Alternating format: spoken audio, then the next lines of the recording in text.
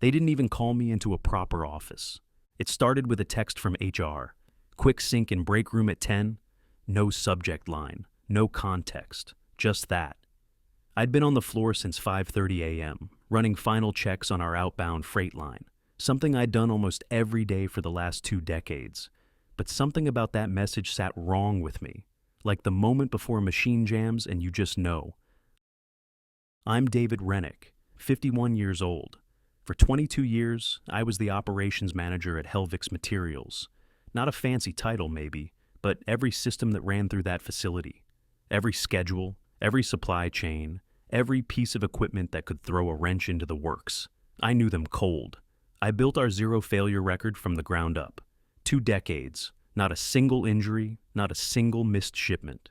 And I took pride in that. Which is why it felt like a slap when I walked into the break room and saw Greg from HR sitting there with a tablet. And next to him, some clean-cut kid in polished boots and a brand new safety vest, smiling like he'd just landed his dream job. "Dave," Greg chirped, like we were old drinking buddies. "Glad you could make time for this." I nodded slowly. Didn't know I had a choice. The kid stood up. "Hi, I'm Tyler, super excited to..." I held up a hand, not unkindly. "Let's hear it from Greg first." Greg coughed. "Right, well, you've been a rock here, Dave. No one's saying otherwise." Which, in HR speak, meant we're about to say otherwise. "We're making some structural changes to reduce operational redundancies," he continued, like he was reading from a script. "The board wants to align resources to match current market demand. That means we're trimming legacy roles to create leaner systems." I stared at him. "Legacy roles?" He nodded. "You've built an incredible foundation, but we need to position ourselves for scale. Tyler here is coming in as the new operations lead. You'll train him for 2 weeks, get him up to speed. After that, well, we're grateful for everything you've done." Just like that, not even a gold watch cliche. I looked at Tyler. He was still smiling, not smug, just clueless. He extended his hand. "I'm really honored, Mr. Rennick. I read about the systems you designed. This place is a beast." It took every ounce of professionalism not to crush his fingers when I shook his hand. The next 2 weeks were a blur of bad coffee, too many nods from people who didn't know what to say, and watching Tyler pretend to understand the things I'd spent years mastering. He had the jargon down, talked about pipeline optimization and predictive efficiency modeling. But when it came time to actually run the night shift diagnostic or recalibrate the freight dock sensors, he fumbled like a rookie with a cheat sheet. I kept it together. I explained the sequence protocols, walked him through failure contingencies, showed him where the emergency shutoffs were, not the ones on the map, but the real ones that kept the place from catching fire in 2008. Tyler scribbled notes, smiled a lot, nodded at all the right moments. Management didn't show their faces. No one from the C-suite bothered to stop by. Not even a courtesy thank you. I got a generic HR form on my last day with the subject line, "Exit Acknowledgement." No mention of severance. No mention of what I'd built. Just a checkbox that asked if I'd return my ID badge and laptop. I left it blank. That afternoon, I stood at my locker for the last time. I packed my boots, my clipboard, and a small photo of my crew from our record-breaking 1,000-day safety streak. No fanfare. No goodbyes from anyone upstairs. Just a few coworkers watching from the edge of the floor, silent and unsure. Then I heard it. A voice behind me, soft but certain. "Hey, Dave." I turned. It was Miguel, one of the younger techs on the line. Still new, but sharp. Good instincts. His eyes were steady. "This place won't run a week without you." I didn't say anything, just nodded and walked out. But part of me knew he was right. The first thing Tyler did wrong was show up with sunglasses on his head. Not safety glasses, just some designer pair shoved into his hair like he was heading to brunch. Not a production floor where one wrong move could shear off a hand. "Morning," he called out on day 1, clipboard in hand, flashing that polished, overconfident grin, ready to shadow the master. I didn't flinch, just handed him the maintenance rotation log. "Let's see if you can read this before the coffee kicks in." For the next 2 weeks, I walked that kid through every inch of Helvix's bones. I didn't half-ass it. As much as I wanted to wash my hands of the whole thing, I couldn't bring myself to sabotage the crew who still had to work there. People like Miguel, Aaron, the whole line team. Good folks who deserve better than being collateral damage to corporate short-sightedness. Tyler took notes, pages of them, but not once did he ask a real question. Not about the override codes for the hydraulic arms. Not about the error lights that blink sometimes without triggering a full shutdown, but mean something if you know what to look for. I tried to point it out once, said, "That little flicker? That's the calibration sensor telling you it's off by 0.03 degrees. Ignore it, and the conveyor alignment drifts by a foot before lunch." He laughed. "Sure, but we've got predictive maintenance software now, right? Shouldn't need to babysit the belt with a ruler." That was the moment I knew the place was in trouble. See, Tyler was more interested in how things looked than how they worked. He'd pause at every machine just long enough to post on his LinkedIns with captions like, "Day 3, loving the challenge of legacy transitions." Meanwhile, the way he rewired the sorter script made it skip a step in the quality check sequence, and when I flagged it, HR told me to empower his autonomy. I started keeping my own record, quietly, notes on what he changed, when he dismissed warnings, every time he bypassed a protocol for the sake of efficiency. I even emailed them to myself. No drama, just facts, just in case. By day 9, I'd stopped trying to correct him. He didn't want a mentor. He wanted a replacement, fast, cheap, and flashy. I was just the guy with a clipboard and a legacy that didn't fit their PowerPoint vision. My crew saw it, though. They didn't say much in front of him, but they lingered a little longer during breaks, asked more questions. Aaron pulled me aside on day 12 and said, "He's nice enough, but he doesn't see the floor. You know what I mean?" I nodded. He's looking through it, not at it. On my last day, no one from management came down. No handshake, no thanks. Just an auto-generated email from HR confirming I'd returned my keycard. I left it on the break room counter. Didn't even bother to sign the exit form. Let them figure it out. Tyler clapped me on the back as I gathered my things. "Hey man, appreciate all the knowledge. You've really laid the groundwork." I looked at him. The way you look at someone who's not your enemy, but isn't your ally either. Don't skip the part where you listen to the ground, Tyler. It'll talk to you if you let it. He gave me that same grin. I'll keep that in mind. I walked through the floor one last time with my box in hand, clipboard, thermos, photo from our 2011 shutdown rebuild. A few folks stopped what they were doing to say goodbye. Miguel gave me a quick salute. Aaron hugged me when no one was looking. No speeches, no goodbyes over donuts, just nods from the people who mattered. As I hit the front doors, I paused, took one last look at the racks, the buzz of the machines, the hum of a place I'd poured more of myself into than most men do their own homes. I muttered under my breath, "Let's see how long they last." I didn't even make it a week. 6 days later, my phone buzzed at 10:42 p.m. It was Miguel. "Dave," he said, breathless. "They blew the compressor line. Night shift's a mess. Pressure alarms were down, and the safety valve didn't engage." I didn't say anything for a second. Then I asked, "Was anyone hurt?" "No, but it was close. Real close." I let out a long breath, somewhere between relief and bitter satisfaction. "Keep your head down," I told him, "and don't let anyone talk you out of double-checking Tyler's shortcuts." After I hung up, I sat in silence for a while, staring at the wall. I didn't want revenge. I didn't want my job back. But I did want them to remember the quiet guy who held the place together. And I had a feeling they were about to. The booth by the window at Belmore Cafe had become my unofficial office. 2 blocks from the old facility, good coffee, quiet mornings, and just enough distance to keep my name off anyone's radar.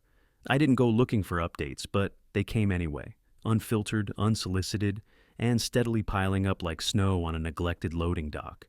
I'd been consulting on smaller operations, 2 warehouses, 1 custom fabricator, nothing fancy, but honest work. Places where a system flaw still meant a person fixed it, not a slideshow promising to. I wasn't aiming to climb back into corporate chains. I just needed to earn, stay sharp, and breathe a little. Most mornings I'd nurse a coffee, check a few vendor spreadsheets, then scroll through the feed. I never followed Helvix's page, but their posts still showed up, courtesy of ex-colleagues tagging me or venting under the radar. The tone had changed. Less innovation, more realignment. More photos of Tyler giving pep talks in front of graphs that didn't mean much without the context he never took time to understand. The first real sign something was cracking came from Miguel. He called early on a Thursday. "You hear about the mixer short last night?" he asked. No hello. I sat straighter. "No." "Controller override glitched during a temp cycle. Product wasted. Took us 6 hours to clean it up. Tyler blamed the settings, but Dave, he changed the settings." I didn't say much, just let him talk. 2 days later, Aaron texted, "Shipment delay again. Client's furious. Tyler tried to blame dispatch." Then a week after that, "Safety drill failed. New guy didn't know where the shutoff panel was." I didn't gloat. I didn't even smile. But I opened a clean document on my laptop and started typing. Failure log, Helvix post-departure, date, event, impact, internal excuses, what I would have done. I wasn't keeping it for revenge. I didn't even know what I'd do with it. But after 2 decades of keeping that place upright, it felt wrong to just let the record vanish beneath polished jargon and finger-pointing. By the end of the month, I had 9 entries, 2 production halts, 4 system failures, 1 injury, minor, thank God, 2 contract delays. Then I heard about the Peterson account. Peterson and Caldwell was a massive client, not just in terms of volume, but visibility. I'd managed that relationship for years, met with them in person quarterly, even brought donuts for their dock crew when we ran a double shipment ahead of schedule. One winter. So when I saw the post on LinkedIn that they were transitioning to a new fulfillment partner, I raised an eyebrow. 3 hours later, Miguel confirmed it. "Peterson's gone," he said, low and tired. "Tyler missed a delivery window, tried to spin it in the meeting like the client had unreasonable expectations." I stared at my screen, fingers resting on the keyboard. I knew how much that loss would sting, not just financially, but symbolically. Peterson wasn't just a name, they were a trust badge, and they were gone. Still, I didn't reach out, didn't post anything, didn't text a smug, "I told you so." I just logged the event and closed the file. Bitterness was still there, don't get me wrong. It sat in the back of my throat like a pill I couldn't quite swallow. But more than anything, I felt tired. Like I'd spent the last 22 years building a bridge plank by plank, only to watch a kid with a drone suggest flying over it instead, until the drone crashed. One afternoon, I was sitting in my usual booth, scribbling out a logistics map for a custom distributor, when a voice said, "Mind if I sit?" I looked up. Slim suit, early 50s, calm face, name badge clipped to the lapel, Derek Langston, risk management, Apex Insurance. "Depends who's asking," I said cautiously. He smiled. "I handle commercial liability audits for several industrial clients, including, until recently, Helvix Materials. I've seen your name more than once. Thought we might chat." I closed my laptop halfway. "About what?" "Operational resilience," he said smoothly. "Culture shifts. What happens when seasoned hands get swapped out for speed and style?" He paused. "I'd love to hear what really kept that place together." I didn't answer right away, just stared at my coffee, steam curling gently like smoke from something long burned. Then I nodded. "Sure, lunch or coffee?" "Lunch," he said. "My treat." We picked a quiet table by the window. As we walked, I couldn't help but glance out toward the road that led back to Helvix. Same street, same skyline. But something felt different now, like they were finally realizing what they had lost. I didn't plan on getting involved again. When Derek from Apex Insurance first asked me to consult, I hesitated. It wasn't pride, it was weariness, like reopening a wound you've just managed to let scar over. But then he showed me the preliminary report. 7 equipment failures in less than 3 months, 2 near misses on the loading dock, and rising insurance premiums so steep they were bleeding out quarterly margins. "Off the record," he said, tapping his pen against the folder. "What do you think happened?" I gave him a half smile. "You replaced 22 years of muscle memory with a PowerPoint." He nodded slowly. "You think you could help us document what went wrong?" I thought about the crew, not the execs, not Tyler, but the people still on that floor, breathing the same dust, dodging the same moving parts I once kept from falling apart. People who trusted me. People I walked out on. So I said yes. 3 days later, I sat in a law office across from 2 auditors, Derek and a woman named Siobhan from Corporate Safety Compliance. I brought a copy of the file I'd been quietly keeping, dates, details, emails, my own notes on the new supervisor's changes, everything I'd flagged that was dismissed as transition friction. They read in silence for 20 minutes. Then Siobhan looked up. They ignored all of this? I nodded. Every time I tried to speak up, they told me to empower his learning curve. She didn't smile. Well, that curve's about to flatten. The site audit was scheduled 2 weeks later. Quiet, unannounced, just a routine assessment, the kind that made middle managers scramble to clean paperwork and check extinguisher tags. But I wasn't walking in as a former employee. I was coming back under contract, clipboard in hand, badge clipped to a visitor pass. When I stepped through those doors again, something shifted in the air. The crew noticed me first. Miguel's face lit up. Erin nearly dropped her scanner. Dave, she whispered. You back? Consulting, I said, keeping it short. Just here to help. She grinned like she'd just won a bet. Tyler didn't look thrilled. I spotted him near the main office, eyes narrowing when he saw my badge.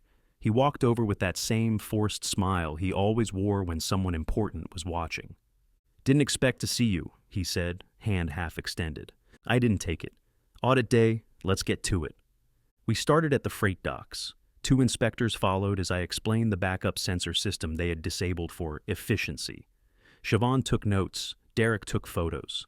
Then we moved to the mixer line, the same one that shorted during that temp cycle Miguel told me about.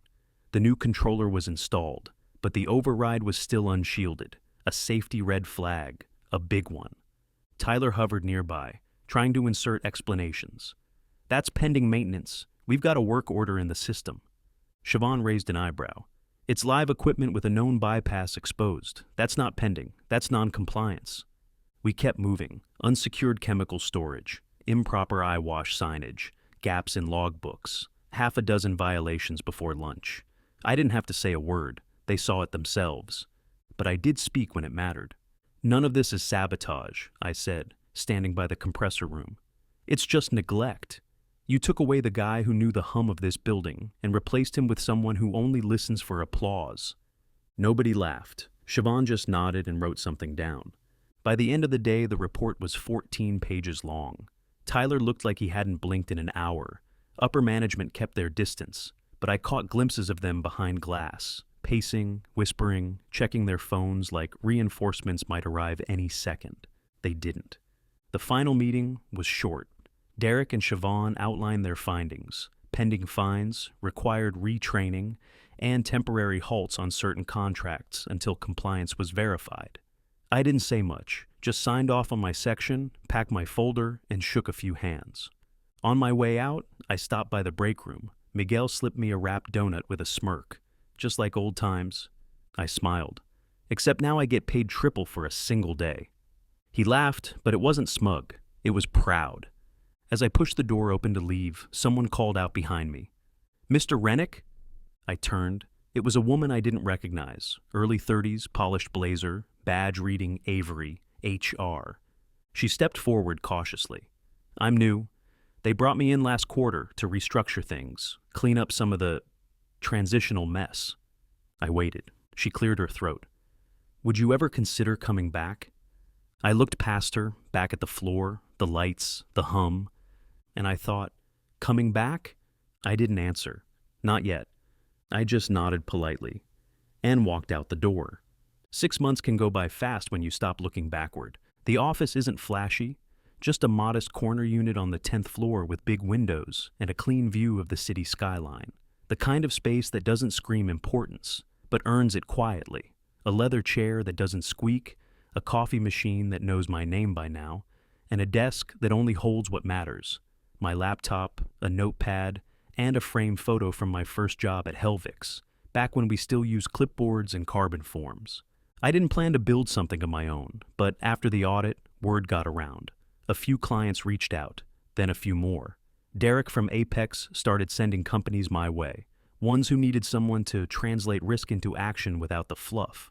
One even called me their operational conscience. I'll admit, I like that.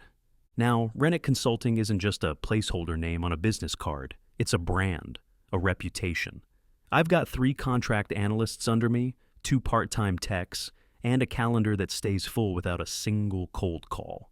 We focus on operational risk, safety compliance, and transitional leadership. Ironic, considering how mine ended. But it turns out a lot of companies want to avoid making the same mistake Helvix did. Speaking of which, they're still standing. Barely. But the cracks are wider now. Word travels in this industry. You can't hide a bad record behind fancy newsletters and Employee of the Month awards forever.